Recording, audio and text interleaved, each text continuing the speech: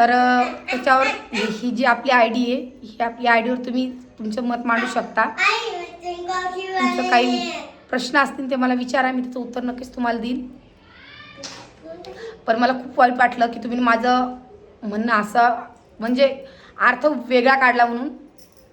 खूप साऱ्या कमेंट आल्या मला आणि कोण कोण काय काय बोललं हे सुद्धा मला लक्षात आहे.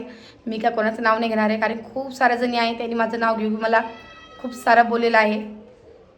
आणि आता अजून एकदा सांगते, मी अजून एकदा तुमची माफी मागते की तुम्ही ओम भैयाच्या कमेंटमध्ये जाऊन तिथं मला माझ्या कमेंट करू नका आणि माझ्यासाठी दुसऱ्याची त्याचं मन नका नाराज करा. तुम्हाला जे काही बोलायचं ते माझ्या कमेंट म्हणजे या आय डीमध्ये कमेंट करा. तुम्हाला जे बोलायचं तुम्ही त्याच्यात बोलू शकता. तर हा व्हिडिओ मी टाकणार आहे त्याच्यावरती, तुम्ही जा पहा आणि तुमचं मत मांडा. काही व्हिडिओ काही जास्त मोठा नाही करणार, मी व्हिडिओ लहानच करणार आहे.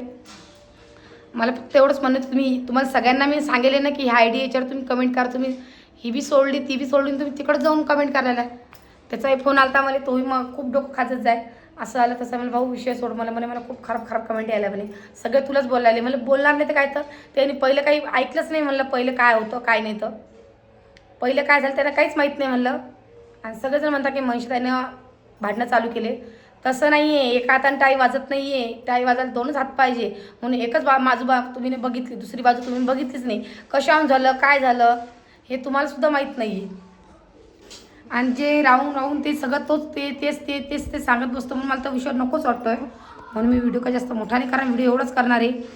तर चला मग बघते आता तुम्ही कोण कोण कमेंट काय काय करताचं उत्तर मी ह्याच आय डीवर देईन उद्याच्या व्हिडिओमध्ये.